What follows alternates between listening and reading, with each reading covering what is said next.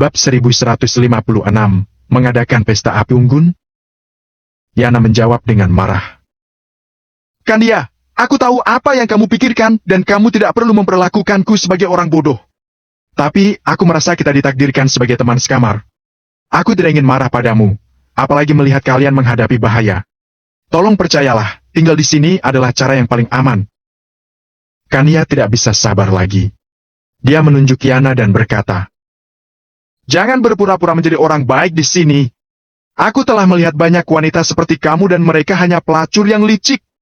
Kamu sudah melihatku tidak senang, jadi kamu ingin kita menunggu kematian dan membuat kita terbunuh, bukan? Yana menarik napas dalam-dalam, dia tidak ingin mengatakan apa-apa lagi. Yana, aku tahu kamu tidak menyukaiku dan aku tidak akan memaksamu, tapi aku benar-benar ingin melindungimu. Ikut denganku. Selama kita keluar hidup-hidup, kamu bisa memarahiku atau memukulku semaumu. Sonny berpura-pura kesakitan. Sebagai cowok buaya, Sonny dapat dianggap telah menghadapi wanita yang tak terhitung jumlahnya. Dia tahu pria seperti apa yang paling populer di kalangan wanita. Dia sudah tahu semuanya dan tidak takut Yana tidak cocok untuknya. Begitu suaranya terdengar, embusan angin jahat bertiup begitu saja. Angin itu meniup api dan obor kerak buku. Dengan bantuan angin, satu percikan langsung menyalakan buku itu dan api berkobar. Adegan tiba-tiba itu membuat Sonny dan teman sekamar Yana tercengang. Hanya dalam beberapa detik, seluruh perpustakaan telah berubah menjadi lautan api. Gelombang panas datang secara langsung dan beberapa teman sekamar Yana berteriak ketakutan. Lari! Sonny berlari ke tangga dengan ngeri. Begitu dia turun, dia kembali ke lantai sekarang. Hantu menabrak dinding. Ini tidak asing. Beginilah cara mereka sampai ke lantai atas. Jangan takut, ayo menjauh dari perpustakaan. Apinya tidak bisa membakar kita di sini. Sonny mencoba menghibur. Angin jahat datang dan membawa nyala api seperti lidah iblis. Pikiran Kania menjadi kosong dan ditelan oleh lidah api di tempat. Ah! Kania langsung diselimuti oleh api. Dia berteriak sedih seperti merobek tenggorokannya dan terus berguling-guling di tanah. Sonny dan teman sekamar lainnya tercengang. Semuanya bersembunyi menjauh. Yana buru-buru melepas mantelnya dan memadamkan api di tubuh Kania. Meskipun Yana sudah bertindak sangat cepat, Kania sudah terbakar tanpa bisa dikenali. Rambut dan kulitnya hangus. Hampir tidak mungkin untuk menjelaskan seperti apa bentuknya. Kania berbaring di tanah dan berteriak kesakitan. Dia merasakan kengerian. Setelah beberapa saat, api menjadi lebih ganas. Bersamaan dengan itu, ada juga asap mematikan. Ada api di atas, mengapa begitu banyak orang lebih suka melompat dari gedung? Karena nyala api tidak mengerikan. Yang mengerikan adalah asap tebal. Suhu inti asap tebal terkadang bisa mencapai beberapa ratus derajat. Tanpa tindakan perlindungan apapun, selama terhisap ke dalam mulut, akan menyebabkan luka bakar pada tenggorokan dan paru-paru. Orang-orang dalam asap tebal tampaknya seperti menderita di piring besi panas hampir setiap menit dan detik. Yana menutup mulut dan hidungnya. Dia batuk terus-menerus karena asap tebal. Namun, dia terus bertahan. Dia tahu bahwa Agam pasti akan datang untuk menyelamatkan dirinya. Pasti. Segera, kesadarannya berangsur-angsur kabur. Saat akan pingsan, dia hanya mendengar suara kaca pecah. Asap tebal dan api di lantai tampak tertarik dan mengucur dari celah kaca yang pecah. Segera, api di seluruh lantai padam dan asap tebal pada dasarnya menghilang. Keserakahan akan udara segar, diikuti oleh energi yang tidak asing. Kamu adalah Pak Agam? Tolong, keluarkan aku dengan cepat. Aku tidak ingin mati. Aku salah. Seharusnya aku tidak meragukanmu. Kumohon. Tangisan memohon teman sekamarnya terdengar di telinganya. Kemudian tawa main-main terdengar. Apa kalian menganggur dan bosan sehingga mengadakan pesta api unggun? Tanpa membuka matanya, Yana tahu siapa yang datang. Dengan dengusan ringan, saraf-saraf yang tegang langsung rileks dan dia langsung pingsan. Ketika dia bangun, dia menyadari dirinya di bangku di luar perpustakaan. Pemadam kebakaran dan polisi semua datang. Sosok tergesa-gesa terlihat di mana-mana. Kamu sudah bangun? Ya. Yana kembali menatap Agam di sebelahnya. Wajah tersenyum yang akrab ini. Dia mau tidak mau bertanya. Sudah berapa lama aku tertidur? 5 menit, kamu mau tidur lebih lama? Lagi pula aku tidak takut karena kamu ada di sebelahku. Pikiranmu sangat berbahaya, untungnya adalah diriku. Kalau laki-laki lain, mereka mungkin akan memanfaatkan kesempatan untuk melakukan sesuatu terhadapmu. Kata Agam dengan serius. Aku tidak akan membiarkan pria lain mendekatiku. Omong-omong, bagaimana kabar teman sekamarku? Satu terbakar hingga tidak seperti bentuk manusia dan sudah dibawa ke rumah sakit untuk diselamatkan. Dua lainnya terluka ringan dan juga ikut ke sana. Kalau pria itu, aku merasa dia tidak senang denganku. Dia tidak mengucapkan terima kasih dan langsung pergi. Katakan padaku, apa dia iri karena aku terlihat lebih tampan darinya? Dari sudut pandang estetika normal manusia, dia jauh lebih tampan darimu. Tapi, aku tidak punya estetika yang normal. Aku pikir kamu jauh lebih tampan darinya. Kata Yana. Untungnya, kamu menambahkan kalimat terakhir. Kalau tidak, aku akan melemparmu kembali. Kamu membuatku datang jauh-jauh. Kamu berani? Gak berani. Melihat Agam tidak serius dan dia sangat dirugikan, Yana menahan senyumnya, tetapi dia masih tidak menahan diri untuk tertawa terbahak-bahak. Ada hantu di perpustakaan. Apa kamu menangkapnya?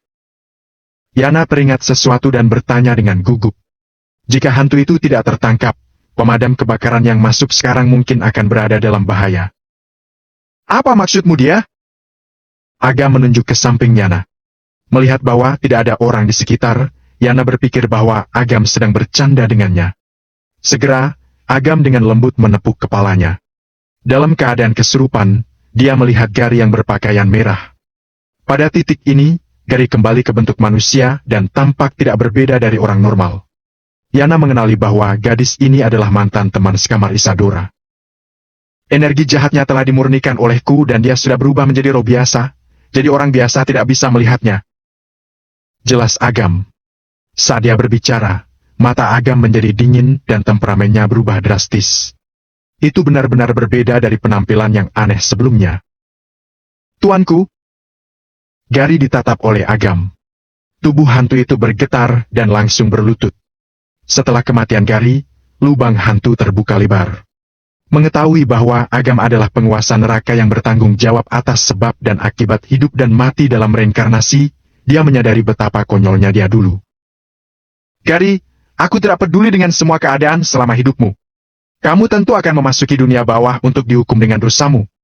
Meskipun kamu terus-menerus membuat kesalahan kecil, kamu bisa bereinkarnasi. Kata Agam perlahan. Gary adalah orang yang terus terang. Dia memiliki mulut yang kejam. Dia menjadi seseorang yang membuat orang membencinya. Namun, masalah ini tidak akan menyebabkan dia dihukum. Kemudian, kamu berubah menjadi hantu karena kamu terpengaruh oleh energi jahat Bukit Barat. Itu bukan niatmu. Tapi, kamu datang ke kampus malam ini untuk menyakiti orang lain yang hampir menyebabkan tragedi. Apa kamu tahu kesalahanmu? Dengan suara sedingin es Agam, segala sesuatu di sekitarnya terpaku. Yana terpaku saat melihat kerumunan yang sibuk yang berada tidak jauh. Bahkan daun layu pun terpaku di udara. Ini adalah kekuatan penguasa neraka tingkat 4 yang Agam miliki. Gary sebagai hantu kecil tidak bisa menahan penindasan seperti itu. Dia gemetar dan berkata, Tuan penguasa neraka, sejak kemarin, saya berkeliaran dan dipanggil oleh suatu kekuatan. Saya datang ke sini. Kemudian, saya melihat seseorang dan ingin membunuh mereka tanpa terkendali. Tolong, Tuan penguasa neraka ampuni nyawa saya. Bab 1157, Pahlawan. Itu. Yana bergumam dengan suara kecil. Katakanlah.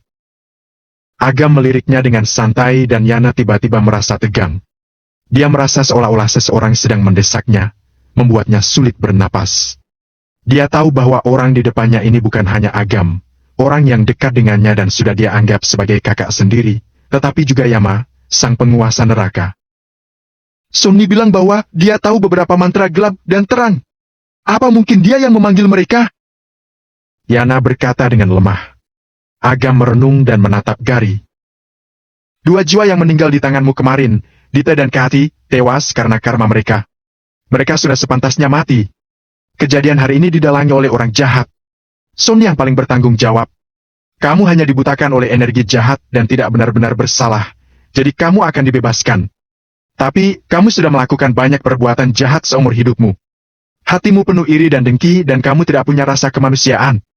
Di kehidupan selanjutnya, kamu akan tuli, cacat seumur hidup, dan mati muda di usia 37 tahun. Itu adalah hukuman untukmu. Terima kasih, Tuan Penguasa Neraka. Gary segera bersujud. Meskipun kehidupan berikutnya dia akan sangat menderita, lebih baik menjadi manusia daripada menjadi binatang yang diburu. Tuan Penguasa Neraka, saya masih punya satu permohonan. Izinkan saya pulang dan bertemu orang tua dan keluarga saya untuk yang terakhir kalinya. Isak Gary. Saat sudah mencapai ajalnya, tutur kata Gary menjadi lebih halus. Setelah tewas dan menjadi arwah, Gary hanya ingin memenuhi permohonan terakhirnya, yaitu melihat keluarganya untuk yang terakhir kalinya. Kamu punya waktu 5 hari. Pada hari ke-7, kamu akan berinkarnasi di dunia bawah. Kata Agam perlahan. Terima kasih, Tuan Penguasa Neraka. Saya mohon undur diri. Gary melayang dan sosoknya perlahan menghilang. Yana menatap Gary menghilang dengan tatapan agak tertegun. Kenapa? Kamu ingin melayang juga? Agam mengagetkannya. Yana tercengang. Melihat Agam yang menatapnya jahil, dia tampak kesal dan berkata, kamu berubah dengan mudah. Masalah bisnis dan masalah pribadi tidak perlu berseteru. Agam mengangkat bahu. Lalu, sikapmu yang sangat galak padaku juga masalah bisnis? Tanya Yana dengan tidak senang. Galak? Agam memegang hidungnya. Memangnya tidak? Aku akan tunjukkan padamu. Baru saja, kamu memperlakukan aku seperti ini. Saat dia berbicara, Yana melengkungkan hidungnya dan mengerutkan keningnya. Matanya terlihat galak, tetapi itu malah membuatnya terlihat lucu. Agam menatapnya selama beberapa detik dan bertanya. Kamu sembelit, ya? Awas ya, kamu! Yana sangat kesal. Dia tampak marah dan tanpa sadar berusaha mengangkat bangku untuk memukul Agam. Namun, Agam sedang duduk di atasnya dan Yana tidak bisa menggerakkannya sama sekali. Kemudian, dia mengambil ranting di sebelahnya dan hendak mengejar Agam. Agam sangat takut dan buru-buru berlari ke kerumunan. Dekan dan para pemimpin lainnya, beserta Pak Tamas dan para dosen dan mahasiswa yang telah diselamatkan, semuanya sangat senang saat mereka melihat Agam. Saat mereka ingin berterima kasih kepada Agam, mereka justru melihat Yana sedang mengejarnya dengan ranting. Yana, apa yang kamu lakukan? Tanya Pak Tamas dengan panik. Yana merupakan mahasiswi rekomendasi yang cantik dan pintar. Seluruh penjuru kampus mengenalnya. Pak Tamas, tolong menyingkir. Orang ini sedang kerasukan hantu. Aku harus membasmi hantu itu. Yana tersenyum manis. Salah satu keuntungan memiliki wajah yang cantik adalah sulit bagi orang lain untuk meragukan perkataannya. Semua orang tampak terkejut mendengarnya. Mereka mengalami syok berat malam ini dan terlalu peka terhadap hantu dan sejenisnya. Jangan percaya omong kosong gadis ini. Dia hanya bercanda. Agam tertawa canggung dan berjalan mendekat, kemudian dengan mudah melepas ranting di tangan Yana. Yana tentunya akan berhenti mengejar Agam di depan banyak orang. Namun, dia tidak tinggal diam. Dia diam-diam mencubit pinggang Agam. Ekspresi Agam tampak tidak terganggu. Dia merangkul bahu Yana dan berkata kepada Pak Tamas dan yang lainnya. Kami berteman baik. Wajar kalau kami sering bertengkar. Dekan, Pak Tamas dan lainnya terlihat ambigu. Mereka sudah berpengalaman. Mereka tahu bahwa kedua orang ini hanya bermain-main. Namun, gadis-gadis yang lain tampak sedih. Ketika Agam menyelamatkan mereka dari situasi terpuruk, mereka sudah menaruh hati kepada Agam. Namun, melihat hubungannya dengan Yana, mereka patah hati. Jika orang lain, mereka mungkin masih bisa memperjuangkannya, tetapi tidak dengan Yana. Yana berada di tingkat yang tidak bisa dibandingkan dengan gadis lainnya. Pak Agam, kamu tidak hanya berhasil menyelamatkan begitu banyak dosen dan para siswa, tetapi juga menyelamatkan universitas kami dari kerugian yang besar. Sebagai dekan, aku harus berterima kasih kepadamu. Dekan menyalami Agam dengan penuh terima kasih. Melihat itu, terdengar tepuk tangan yang meriah. Bagaimana situasinya? Ferdi yang datang bersama dengan Profesor Antono bertanya. Kepala keduanya masih dililit dengan perban. Saat mereka mendengar laporan dari Profesor Deska, Ferdi dan Profesor Antono bersikeras dan memutuskan untuk segera kembali ke universitas hanya untuk melihat Agam didorong keluar dari perpustakaan, seperti yang Profesor Deska katakan. Siapa yang akan mengira Agam tidak hanya masih sehat walafiat, bahkan sedang menerima ucapan terima kasih dari dekan dan dosen serta siswa-siswa terkemuka. Ini tidak sesuai dengan apa yang mereka bayangkan. Pak Ferdi, Profesor Antono, kenapa kalian tidak beristirahat di rumah sakit dan malah kemari malam-malam begini? Salah seorang dosen bertanya. Sudut mulut Ferdi berkedut dan dia mengulum senyum. Aku dan Profesor Antono dengar telah terjadi sesuatu di kampus, jadi kami khawatir dan buru-buru ke sini untuk membantu. Kalian baik sekali, tapi sayangnya kalian terlambat. Pak Agam sudah menyelamatkan semuanya. Hanya seorang siswa yang menderita luka bakar, tapi belasan siswa lainnya berhasil diselamatkan. Kata Pak Tames sambil tersenyum. Yang lain juga memandang Ferdi dan Profesor Antono dengan mata merenung. Para mahasiswa dan dosen di Universitas Hurapan tidak bodoh. Selama kejadian itu berlangsung tadi, banyak yang mengira Agam tidak akan selamat. Perseteruan antara Agam dengan Profesor Antono dan Pak Ferdi sudah menjadi rahasia umum untuk semua orang. Mereka tahu kedua orang ini datang untuk mentertawakan Agam. Menghadapi tatapan semua orang, Ferdi dan Profesor Antono tampak canggung. Pak Agam, kamu benar-benar hebat. Kamu sudah banyak membantu, kata Ferdi. Pak Ferdi terlalu memuji. Kalian berdua kembali dengan kondisi luka dalam cuaca yang begitu dingin untuk membantu yang lain. Aku tidak bisa dibandingkan dengan kalian. Agam tertawa. Ferdi memaksakan senyum, tetapi terlihat sekali dia tidak tulus. Dalam perjalanan ke sini, dia dan Profesor Antono memikirkan skenario untuk menyalahkan Agam. Jika Agam tewas, dia harus menanggung kesalahan bagi mereka berdua. Namun, situasinya malah melenceng seperti ini. Mereka merasa konyol dan mengulas senyum kecut, sebelum mencari alasan untuk pergi dengan tergesa-gesa. Pak Agam, aku sangat tersentuh oleh tindakanmu hari ini. Tapi, sayangnya aku tidak bisa mengembalikan jabatanmu. Dekan yang memanggil Agam tersenyum kecewa. Sejujurnya, aku juga sangat tertekan karena kamu diskors. Meskipun aku adalah dekan, aku tidak bisa membuat apa-apa tanpa persetujuan direksi lainnya. Terlalu banyak orang yang terlibat. Ferdi adalah anggota keluarga Haryanti. Profesor Antono dan yang lainnya juga punya latar belakang yang kuat. Juga, orang-orang asing yang kamu lukai waktu itu tewas setelah mereka tiba ke rumah sakit.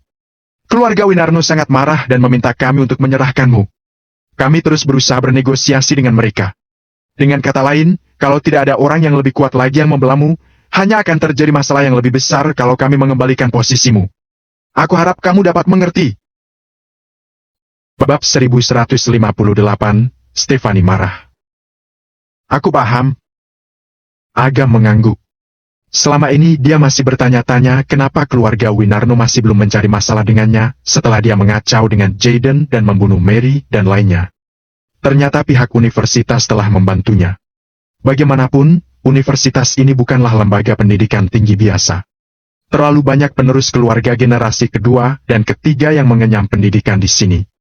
Sekalipun keluarga Winarno tidak punya pilihan, mereka tidak akan berani bertindak macam-macam. Dekan itu merasa lega, tetapi juga tidak enak hati pada Agam. Dia berpikir sejenak sebelum melanjutkan. Kalau mungkin, cobalah hindari masalah dalam waktu dekat. Aku akan mencari cara untuk mengembalikan posisimu sesegera mungkin. Kalau aku boleh jujur, kamu adalah dosen terbaik yang pernah aku temui selama bertahun-tahun. Belum ada yang mampu memimpin mahasiswa kelas 3142 ke jalan yang benar selain kamu. Agam mengucapkan terima kasih kepada dekan. Sebenarnya, dia tidak peduli apakah dia bisa diterima kembali. Dia hanya memerlukan posisi di universitas ini. Bagaimanapun, musuh-musuh asing itu belum menyerah dan Agam tidak hanya harus melindungi Yovie, tetapi juga mahasiswa kelas 3142 lainnya. Kembali ke pintu masuk perpustakaan, para mahasiswa dan dosen kembali berterima kasih kepada Agam sebelum mereka kembali ke asrama untuk beristirahat. Yana ingin kembali ke asrama, tetapi memikirkan dia akan sendirian di sana, dia menjadi ragu. Setelah malam yang panjang ini, dia tidak berani tidur sendirian. Meskipun dia ini biasanya sangat lincah dan semangat, anak perempuan sepertinya akan lebih takut terhadap hal seperti ini. Agam tidak punya pilihan lain selain membawanya ke asrama untuk beristirahat. Vero tidak ada di asrama hari ini, Jadi Agam meminta Yana untuk tidur di kamarnya sementara dia menginap di kamar bibinya untuk malam itu. Malam itu berlalu tanpa kejadian apapun. Keesokan paginya, Yana pergi ke kelas. Setelah tidur pulas, rasanya dia kembali bersemangat. Agam menerima telepon dari Gerald yang mengatakan bahwa ada hadiah untuknya. Agam tidak begitu peduli dengan hadiah apapun itu. Namun, masalah bukit berat baru saja diselesaikan dan ada beberapa hal yang perlu Agam tangani sendiri. Omong-omong, Agam juga harus membimbing roh iblis untuk menjadi binatang penjaga keluarga Suhardi. Saat Agam meninggalkan universitas, dia tidak tahu bahwa kejadian malam sebelumnya sudah menyebar di seluruh kampus. Agam sudah menjadi topik hangat di kampus.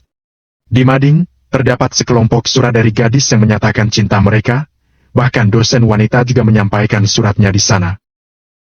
Dora, lihat. Semalam ada kebakaran di perpustakaan. Kakakmu yang menyelamatkan para mahasiswa dan dosen yang terjebak. Shawi memegang ponselnya dan berkata dengan penuh semangat kepada Isadora saat mereka berada di kelas waktu itu. Pihak perpustakaan sudah resmi menyatakan kejadian semalam sebagai kebakaran di perpustakaan.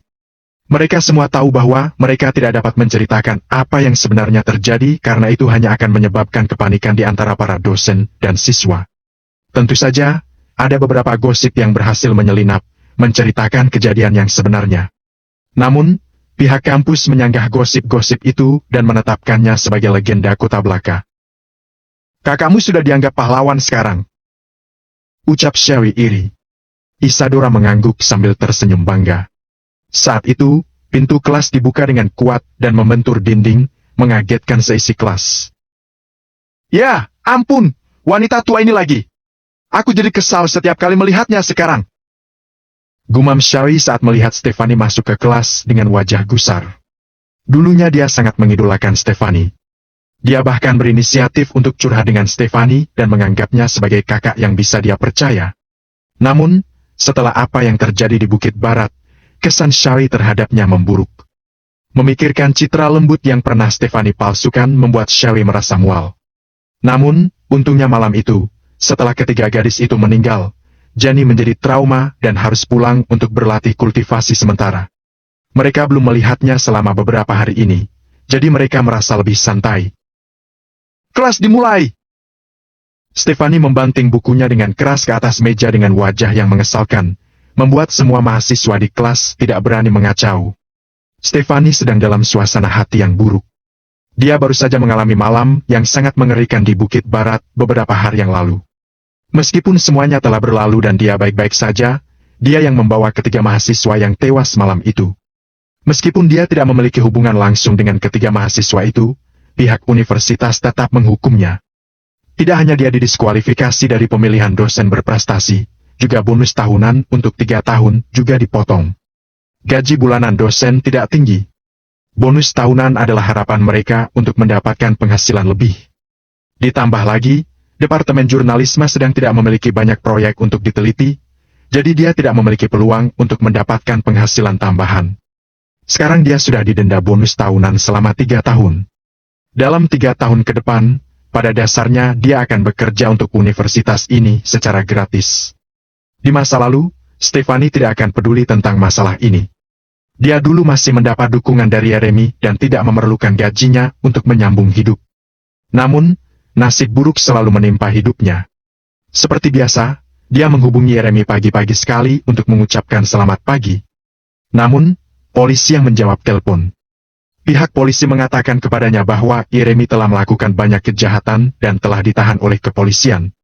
Stefani sebenarnya tidak peduli dengan hidup dan mati Yeremi. Yang jelas, Yeremi masih berutang rumah padanya dengan nilai lebih dari 20 miliar. Sekalipun dia tidak menempati rumah itu, Stefani bisa menjualnya dengan harga yang lebih rendah. Jika tidak ada yang bersedia membeli, dia dapat mengagunkannya ke bank dan mendapatkan beberapa miliar. Namun, sekarang semuanya sudah hancur. Dengan kebiasaan belanjanya saat ini, dia hanya bisa mengandalkan kartu kreditnya sebelum menemukan pendukung baru. Sepanjang kelas berlangsung, Stefani terus marah-marah. Saat dia melihat Isadora yang duduk di barisan tengah, matanya menyala penuh kebencian. Menurutnya, Agam yang telah mencelakainya. Dia menyalahkan semua hal yang terjadi padanya ke Isadora. Isadora, jawab pertanyaan yang aku tanyakan. Perintah Stefani dengan wajah dingin. Isadora terkejut. Dia berdiri dan berkata, "Bu, ibu tidak mengajukan pertanyaan apa-apa. Aku sudah menanyakannya. Kamu yang tuli dan tidak mendengarkan. Tapi, apa?" Stefani membanting bukunya di atas meja dan memarahi dengan ganas. "Isadora, kamu datang dari kampung dan mampu diterima di universitas ini. Aku kira kamu sangat hebat. Ternyata kamu begitu mengecewakan. Kamu pikir beasiswa yang kampus berikan kepada kamu itu supaya kamu bisa mengendarai mobil mewah ke kampus? Kalau kamu tidak niat belajar, tidak usah belajar. Keluar! Kelas ini tidak butuh siswa sepertimu." Stefani memarahi Isadora dengan sangat kasar. Bahkan beberapa teman sekelas yang tidak menyukai Isadora merasa bahwa perlakuan Stefani sudah keterlaluan. Mata Isadora kemerahan, tetapi dia tidak bisa berbicara apa-apa dan hanya meremas tangannya. "Kamu tidak dengar, Isadora? Aku bilang keluar. Kamu dihukum membersihkan semua toilet di gedung ini. Kamu dihukum membersihkan semua toilet di gedung ini. Lagi pula kamu tidak niat belajar. Kamu bisa memanfaatkan waktu luangmu sebaik mungkin," ujar Stefani mengejek. "Jangan keterlaluan." Shari tidak tahan dan bangkit melawan Stefani. "Shari, duduk kamu. Ini tidak ada urusannya denganmu." Hardik Stefani datang dengan ganas. Melihat Shari yang masih belum duduk, dia berkata, "Kamu juga mau melawan? Bagus. Kalian berdua bisa bersihkan toilet bersama-sama.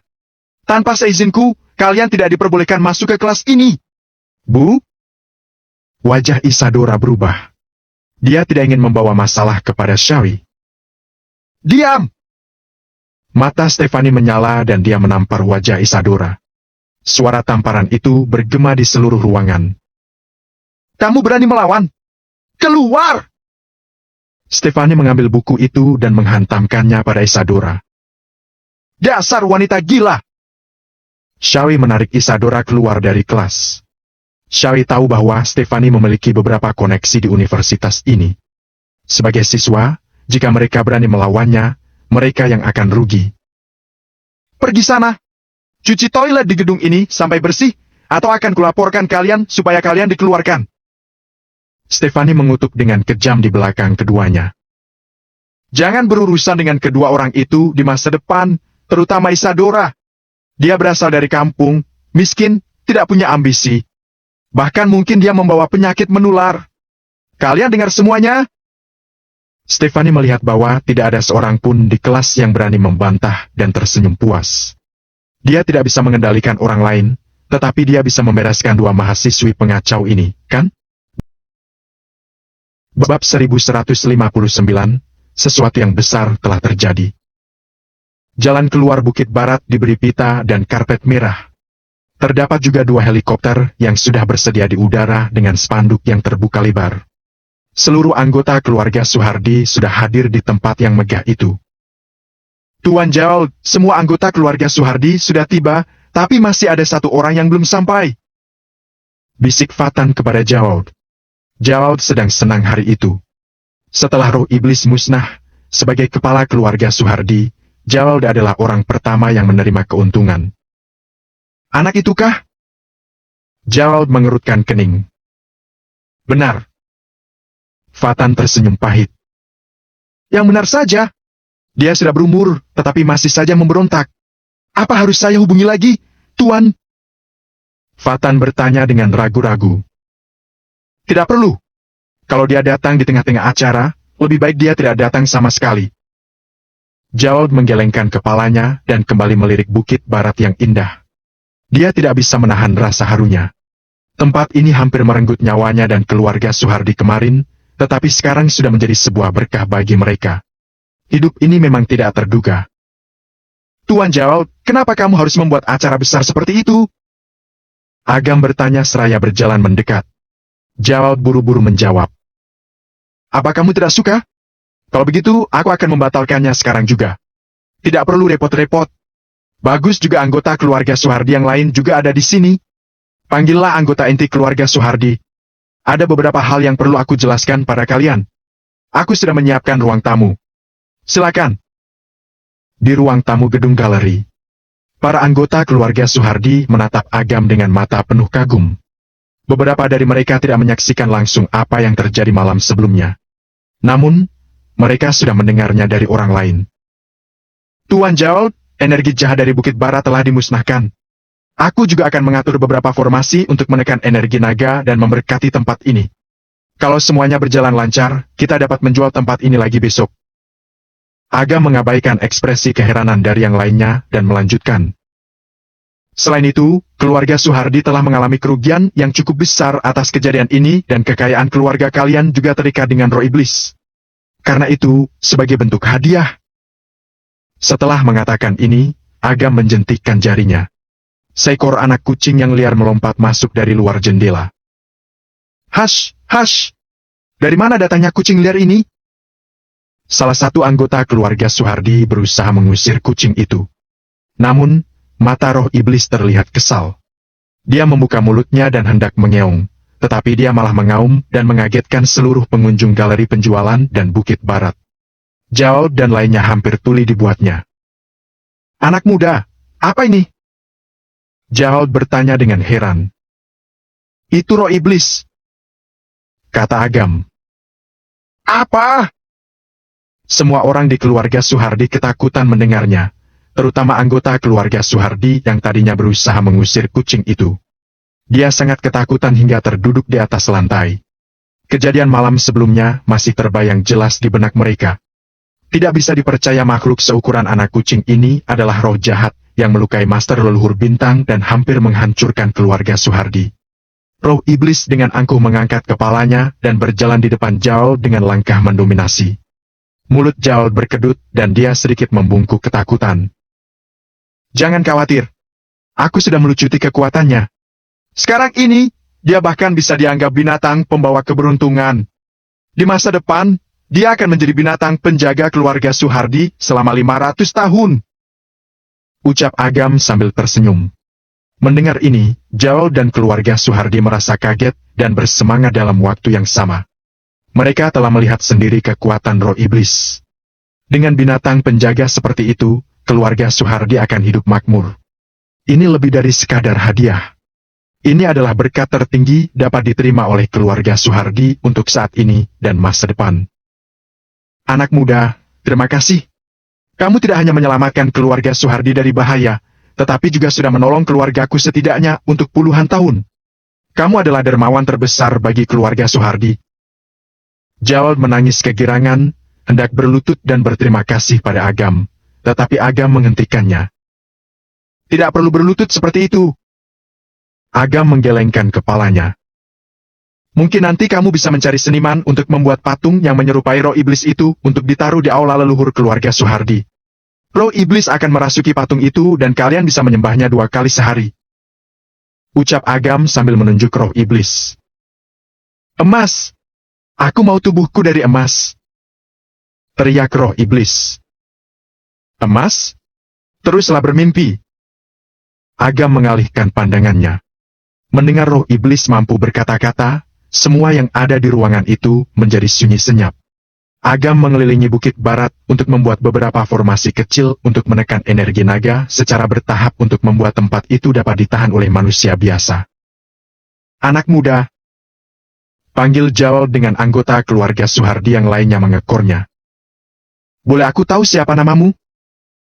Jaold merasa tidak enak terus memanggil Agam seperti itu. Kalian tidak perlu memanggilku seperti itu. Panggil saja aku Agam. Agam melambaikan tangannya. Agam? Nama itu terdengar akrab. Jaold tampak terkejut untuk beberapa saat, tetapi dia tidak terus memikirkannya. Dia berkata dengan tulus. Pak Agam, aku ingin memberimu Bukit Barat sebagai hadiah. Tolong terimalah. Apa kamu khawatir akan muncul masalah di sini? Tanya Agam sambil tersenyum. Kalau kamu bilang tidak ada masalah, pasti tidak akan ada masalah. Aku ingin membalas budimu. Kalau kamu tidak menerimanya, aku tidak akan bisa tidur dengan nyenyak. Kata Jaold sambil tersenyum. Baiklah. Agam tidak ambil pusing. Itu hanya tempat kecil dan Jaold tidak akan mengalami kerugian yang banyak. Kebetulan dia juga tidak memiliki tempat tinggal di ibu kota kekaisaran. Meskipun universitas menyediakan asrama untuk dosen, Terkadang agak merepotkan jika mereka terlambat pulang karena bekerja sampai larut malam. Melihat Agam bersedia menerima pemberian mereka, semua orang di keluarga Suhardi tampak senang. Seolah-olah mereka yang menerima hadiah, bukan memberinya. Aku akan mengatur konferensi pers untuk mengumumkan bahwa penjualan perumahan ini akan dibuka kembali. Kamu bisa mengurus penerimaan uangnya dan aku akan menangani sisanya. Jawal tahu bahwa Agam tidak menyukai hal-hal sepele seperti ini dan dia berinisiatif untuk mengurusnya. Kembali ke alun-alun, terdapat lubang besar dengan diameter ribuan meter yang sangat mencolok, merusak keindahan dan nilai tanah di tempat itu. Jawal berkata, "Aku akan menyuruh para pekerja mengurus lubang ini, tapi mungkin itu akan memakan waktu." "Tidak perlu. Di sini kebetulan ada danau, bersampingan dengan pegunungan dan hutan dari sisi barat dan mendatangkan feng shui untuk daerah timur. Ini justru lebih bermanfaat bagi orang yang tinggal di sini." Agam tertawa. "Danau? Ini jelas lubang pembuangan. Bagaimana bisa Jawal mengatakan ini danau?" Jawal tiba-tiba mengerti maksud Agam dan menjawab, "Aku mengerti. Aku akan segera membangun danau buatan di sini. Danau buatan tidak akan berhasil. Kamu perlu air dewa untuk membentuk formasi feng shui yang baik." Agam menggelengkan kepalanya. Jawal berkata sambil tersenyum pahit, "Apa maksudmu kita harus mengumpulkan air hujan dari danau? Ini daerah utara dan juga sedang musim dingin. Aku rasa sampai tahun depan pun tidak akan terkumpul. Setengah hari saja sudah cukup." Agam tersenyum misterius dan tatapan matanya berangsur-angsur berubah. Di saat semua orang masih kebingungan, awan gelap berkumpul di atas langit bukit barat. Semua orang merasakan uap air yang kental di wajah mereka. Guntur yang jernih bergemuruh dan hujan badai turun dari langit seolah sungai surgawi membagikan sebagian airnya, mengisi lubang itu dengan sempurna.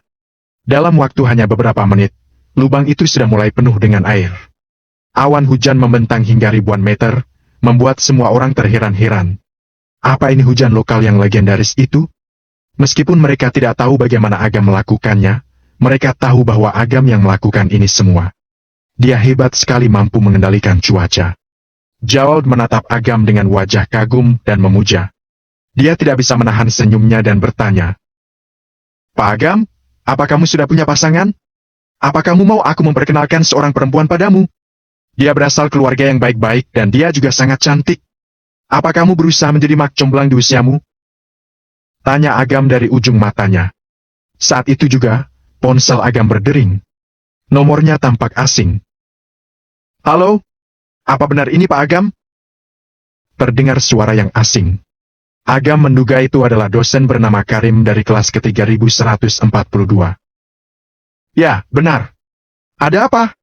Apa anak-anak itu membolos lagi?" Agam bertanya sambil tersenyum. "Sesuatu terjadi di kampus. Apa mahasiswi bernama Isadora itu adikmu?" Sebab 1160, dosen perempuan kejam. "Adikku kenapa?" Agam bertanya dengan sorot mata tajam. "Isadora ditampar dosen pembimbing. Dia dihukum membersihkan toilet dan teman-teman sekelasnya disuruh menonton. Aku melihatnya waktu kebetulan lewat." Tanah yang diinjak Agam tiba-tiba retak. Dalam sekejap, amarahnya menguar dan bukit bara diselimuti oleh aura yang mengintimidasi. Duar! Awan mendung tiba-tiba menggelayut dengan diiringi gemuruh guntur dan sambaran petir. Roh iblis juga mengeluarkan arangan rendah tanda kegelisahan. Jawab dan yang lain jelas kaget. Energi kematian yang mencekam menyelimuti mereka dan membuat mereka sulit bernapas. Apa yang sudah membuat Agam begitu marah? Langit bahkan seolah-olah hampir runtuh. "Aku pergi dulu." Suara Agam yang tenang ini justru terdengar lebih menakutkan. Inilah tanda bahwa amarahnya sudah mencapai puncak. Ini benar-benar gawat. Tanpa mengatakan apa-apa lagi, sosok Agam bergegas menuju kampus dengan momentum yang mengerikan. Setelah Agam pergi, aura kematian yang menyelimuti tubuh orang-orang perlahan memudar. Fiuh! Semua orang mengembuskan napas lega. Beberapa orang bahkan sampai berkeringat dingin dan jatuh terduduk di tempat. Kejadian barusan terlalu menakutkan. Rasanya seolah-olah mereka hanya berjarak beberapa langkah saja dari kematian.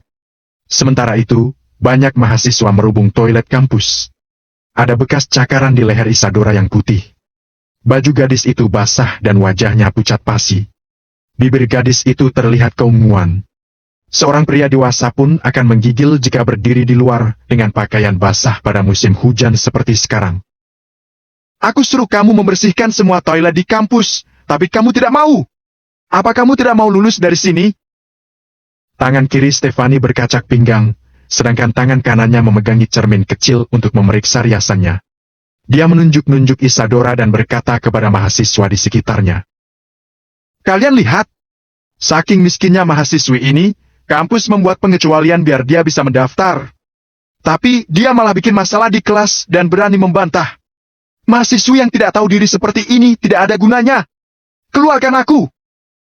Shari berteriak sambil menggedor-gedor pintu toilet perempuan. Stefani terus bicara pada Isadora seolah-olah tidak mendengar teriakan itu. Aku peringatkan sekali lagi. Jangan kira aku akan mengabaikan kesalahanmu cuma gara-gara kamu perempuan. Kamu harus membersihkan semua toilet kampus, termasuk toilet laki-laki. Kalau tidak, kamu tidak boleh pulang ke asrama. Bu Stefani, jangan keterlaluan. Karim tidak tahan lagi, jadi dia segera berdiri dan berkata, sebesar apapun kesalahan mahasiswa, ibu tidak boleh memberikan hukuman fisik. Ini tindak kejahatan namanya. Pak Karim, aku tidak paham maksud Bapak. Mahasiswa ini membangkang. Apa salahnya aku suruh bersihkan toilet? Ini bukan pekerjaan hina. Petugas kebersihan sudah sering melakukannya. Kenapa mahasiswa tidak bisa? Apa saat mendidik mahasiswa, kita juga harus memanjakan mereka? Balas Stefani sambil dengan terus terang. Tidak masalah kalau mahasiswa disuruh membersihkan toilet. Tapi, ada bekas cakaran di leher mahasiswi ini. Kata Karim dengan marah. Dia tahu bahwa Stefani hanya berusaha mengelak. Aku tadi sedang menasihatinya, tapi mahasiswi ini malah mau mendorong dan memukulku. Aku cuma balas mendorong saja dan tidak sengaja mencakarnya. Apa Bapak mau menyalahkanku gara-gara itu? Apa sebagai seorang dosen, aku harus diam saja waktu dipukuli? Sahut Stefani. Saya tidak. Kata Isadora dengan lemah. Bibir tipisnya tampak gemetar. Dia sudah kedinginan. Suaranya lirih dan terdengar menggigil. Lihat, Pak Karim. Mahasiswi ini memang keras kepala. Kalau dia tidak memukul lebih dulu, mana mungkin aku mendorongnya? Faktanya memang seperti itu. Dia terus saja membantah. Apa menurut Bapak mahasiswi seperti ini tidak boleh dikerasi? Kata Stefani tanpa merasa berdosa. Menurutku justru ibu yang terus membantah. Dada Karim naik turun karena emosi dan dia berkata dengan marah. Oke, kalau begitu, jelaskan sekarang kenapa dia sampai basah kuyup begini. Dia mungkin menyenggol ember waktu membersihkan toilet. Tidak heran kalau dia basah kuyup. Pak Karim tidak bisa asal menuduh begitu. Goda Stefani. Saat sedang menceramahi Isadora di kelas tadi, Shari mengecamnya. Untuk melampiaskan kekesalannya, dia menyiramkan seember air ke Isadora. Tidak ada yang tahu soal ini, kecuali Shari. Itulah sebabnya dia mengarang cerita seenaknya sekarang. Lagi pula, dia adalah seorang dosen. Seandainya masalah ini tersebar, kampus pasti akan berdiri di pihaknya. Karim kehabisan kata-kata. Dia lulusan sains dan teknologi. Untuk urusan bersilat lidah, dia jelas kalah dari Stefani. Hari ini sangat dingin. Baju mahasiswi ini basah, jadi dia harus ganti baju dulu. Kalau tidak, dia bisa sakit. Pak Karim, aku masih tidak mengerti maksudmu. Gadis berumur 20-an seperti dia justru sedang berada dalam kondisi fisik terbaiknya. Cuaca dingin seperti ini bukan masalah. Setelah sukses membantah argumen Karim, Stefani segera berkata dengan nada mengasihani diri. Sebaliknya, aku yang dosen ini sudah berdiri di sini sejak tadi dan ikut kedinginan. Apa Bapak pikir aku senang basah-basahan di sini? Aku tidak mau masalah ini didiamkan saja. Bagaimana kalau kualitas lulusan kita turun nanti? Apa Bapak tidak tahu kalau niatku itu baik? Bu Stefani, jangan keterlaluan. Mahasiswi ini sudah pucat dan menggigil. Karim melihat bahwa Isadora tidak lagi mengembuskan uap saat bernapas. Itu tanda bahwa Isadora sudah kedinginan dan mengalami hipotermia. Jadi, dia segera berkata kepada mahasiswa lain. Cepat, bawa teman kalian ini ke kelas.